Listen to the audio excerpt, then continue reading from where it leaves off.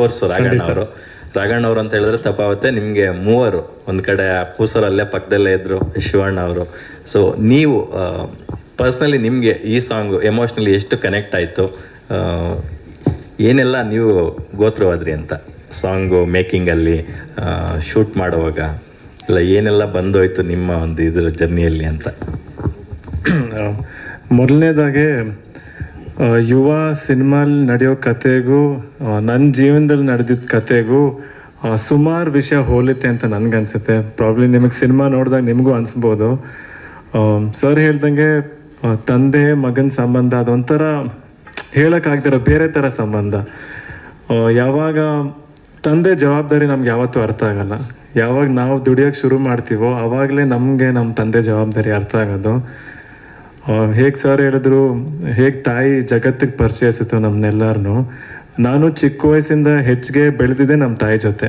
ನಮ್ಮ ತಂದೆ ಬ್ಯುಸಿ ಇದ್ದರು, ಪ್ರೊಡಕ್ಷನ್ ಹ್ಯಾಂಡಲ್ ಮಾಡ್ತಿದ್ರು, ಕೆಲವು ಆ್ಯಕ್ಟ್ ಮಾಡ್ತಿದ್ರು, ಮನೆ ಜವಾಬ್ದಾರಿ ಎಲ್ಲ ಜಾಸ್ತಿ ನಮ್ಮ ತಂದೆ ನೋಡ್ಕೊತಾ ಇದ್ರು. ಸೊ ತುಂಬ ಬ್ಯುಸಿ ಇದ್ದರು. ಜಾಸ್ತಿ ಟೈಮ್ ಸ್ಪೆಂಡ್ ಮಾಡಿದೆ ನಾನು ನಮ್ಮ ತಾಯಿ ಜೊತೆಗೆ. ಬಟ್ ಯಾವಾಗ ನಮ್ಮ ತಂದೆ ಹುಷಾರು ತಪ್ಪಿದ್ರು ಆವಾಗ ಸ್ವಲ್ಪ ಮನೆ ಜವಾಬ್ದಾರಿ ತೊಗೊಳಕ್ಕೆ ನಾನು ಶುರು ಮಾಡಿದೆ. ಆವಾಗ ನನಗೂ ನಮ್ಮ ತಂದೆ ಅರ್ಥ ಆಗಿದೆ. ಅಂದರೆ ಅವ್ರು ಎಷ್ಟು ಕಷ್ಟಪಡ್ತಿದ್ರು, ಯಾಕೆ ನಮಗೆ ಟೈಮ್ ಕೊಡೋಕೆ ಆಗ್ತಿರ್ಲಿಲ್ಲ ಅವ್ರಿಗೆ. ಈ ವಿಷಯ ಎಲ್ಲ ನನಗೆ ಅರ್ಥ ಆಯಿತು. ಆಮೇಲೆ ಈ ಸಿನಿಮಾ ಮಾಡಬೇಕಾದಾಗಲೂ ಅವು ಎಲ್ಲ ವಿಷಯ ನನಗೆ ನೆನಪಾಗ್ತಿತ್ತು. ಯಾಕಂದರೆ ಈ ಸಿನಿಮಾಲು ಕೆಲವು ಸನ್ನಿವೇಶಗಳು ಅದೇ ಥರನೇ ಇದೆ. ನಂದು ಅಚ್ಯುತ್ ಸರ್ ಮಧ್ಯ ಏನು ಕತೆ ನಡೆಯುತ್ತೋ ನನಗೂ ನನ್ನ ತಂದೆ ಮಧ್ಯನೂ ಅದೇ ಕತೆ ನಡೀತು. ಎಲ್ಲೋ ಒಂದು ಕಡೆ ಸುಮಾರು ವಿಷಯ ಹೋಲ್ತು. ಸೊ ಆ್ಯಕ್ಟ್ ಮಾಡಿದಾಗೆಲ್ಲ ಅದೆಲ್ಲ ನೆನಪಾಗ್ತಿತ್ತು ನನಗೆ. ಆಮೇಲೆ ಇನ್ನೊಂದು ವಿಷಯ ನಾನು ಹೇಳ್ಬೇಕು ಅಂದ್ಕೊಂಡೆ ಈ ಸಾಂಗ್ ಬಗ್ಗೆ. ಈ ಸಾಂಗ್ ರೆಕಾರ್ಡಿಂಗ್ ಮಾಡಬೇಕಂದ್ರೆ ಮೊದಲನೇ ದಿವಸ ರೆಕಾರ್ಡಿಂಗ್ ಶುರು ಮಾಡಿದ ದಿವಸ, ಅವತ್ತಿನ ದಿವಸ ಸರು ಅವ್ರ ತಂದೆ ಜೊತೆ ಏನೋ ಒಂಚೂರು ಜಗಳ ಆಗಿಡಿತ್ತು. ಆ ಜಗಳ ಮುಗಿಸ್ಕೊಂಡು ಅದನ್ನೇ ತಲೆಯಲ್ಲಿ ಇಟ್ಕೊಂಡು ಸರ್ಗೆ ಬಂದು ಅವಾಗ ಸರ್ ಹೇಳಿದ್ರು, ಇಷ್ಟೆಲ್ಲ ಜಗಳ ಮಾಡಿದಾಗ ಕೊನೆಗೆ ನಮ್ಮ ಮನ್ಸಿಗೆ ಜ್ಞಾಪಕ ಬರೋದು ಏನೊಂದು ತಪ್ಕೊಂಬಿಟ್ರೆ ಸಾಕು, ಎಲ್ಲ ಜಗಳ ಎಲ್ಲ ನಿಂತೋಗ್ಬಿಡುತ್ತೆ ಅಂತ. ಅಲ್ಲಿಂದ ಶುರು ಮಾಡಿ ಅವತ್ತು ಸಾಂಗ್ ಕಂಪೋಸಿಂಗ್ ಶುರು ಮಾಡಿದ್ರು. ಆಮೇಲೆ ವಿಜಯ್ ಪ್ರಕಾಶ್ ಸರ್ ಹಾಡಬೇಕಂದ್ರೂ ಅವ್ರು ಹೇಳಿದ ಮಾತು, ಕೆಲವು ವರ್ಷದ ಹಿಂದೆ ಅವ್ರ ತಂದೆ ತೀರ್ಕೊಂಡ್ರು. ಅವ್ರು ಅದನ್ನು ನೆನೆಸ್ಕೊಂಡು ಅವ್ರು ಈ ಸಾಂಗನ್ನು ಹಾಡಿದ್ರು. ಆ್ಯಂಡ್ ಈ ಸಾಂಗ್ ಫೈನಲ್ ಮಿಕ್ಸ್ ಆಗಿ ರೆಡಿ ಮಾಡಬೇಕಂದ್ರೆ ಅವಾಗ ಅಜನೀಶ್ ಸರ್ ಹೇಳಿದ್ರು, ಅವರು ಮತ್ತು ಅವ್ರ ತಂದೆ ಕೆಲವು ದಿವಸ ಮಾತಾಡ್ತಿರ್ಲಿಲ್ಲ. ಸೊ ಎಲ್ಲೋ ಒಂದು ಕಡೆ ಎಲ್ರಿಗೂ ಅವ್ರ ತಂದೆ ಜೊತೆ ಇದ್ದಿದ್ದ ಸಂಬಂಧ, ಇಮೋಷನ್ ಎಲ್ಲ ತುಂಬಿಕೊಂಡು ಇವತ್ತು ಈ ಸಾಂಗ್ ಈ ಥರ ಬಂದಿದೆ. ನಿಮಗಿದು ಫಸ್ಟ್ ಅಫಿಷಿಯಲ್ ಪ್ರೆಸ್ ಮೀಟ್ ಅನಿಸುತ್ತೆ ನಮ್ಮೆಲ್ಲರ ಕಡೆಯಿಂದ ನಿಮ್ಗೊಂದು ಅಪ್ಪುಗೆ.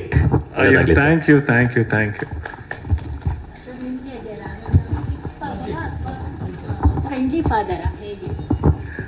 ಎರಡು ಥರನೂ ಇದ್ರು. ಅಂದರೆ ಯಾವಾಗ ಸ್ಟ್ರಿಕ್ಟ್ ಆಗಿರಬೇಕು ಸಿಕ್ಕಾಪಟ್ಟೆ ಬೈದಿದ್ದಾರೆ. ಕೆಲವು ಸತಿ ಸ್ಕೂಲ್ ಕಾಲೇಜಿಂದೆಲ್ಲ ಲೇಟಾಗಿ ಬಂದಿದ್ದೀನಿ, ರಾತ್ರಿ ಲೇಟಾಗಿ ಮರ್ತಿದ್ದೆ, ಓದಿದಾಗ ಓದ್ತಿರ್ಲಿಲ್ಲ, ಅವಾಗೆಲ್ಲ ಸಿಕ್ಕಾಪಟ್ಟೆ ಬೈಯೋರು.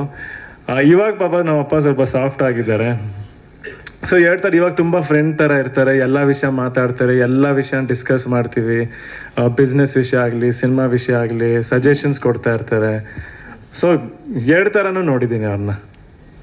ಯೂಶ್ವಲಿ ಹೆಣ್ಮಕ್ಳು ತಂದೆ ಜೊತೆಗೆ ಅಟ್ಯಾಚ್ಮೆಂಟ್ ಜಾಸ್ತಿ, ಗಂಡು ಮಕ್ಕಳು ತಾಯಿ ಜೊತೆಗೆ ಅಟ್ಯಾಚ್ಮೆಂಟ್ ಜಾಸ್ತಿ ಅಂತ ಇರುತ್ತೆ. ಬಟ್ ನಿಮಗೆ ತಂದೆ ಜೊತೆಗೆ ತಾಯಿ ಜೊತೆಗೆ ಅಟ್ಯಾಚ್ಮೆಂಟ್ ಜಾಸ್ತಿ? ಅಂದರೆ ನಾನು ಹೇಳ್ದಾಗೆ ಚಿಕ್ಕ ವಯಸ್ಸಿಂದ ಜಾಸ್ತಿ ಬೆಳೆದಿದ್ದೆ ತಾಯಿ ಜೊತೆ.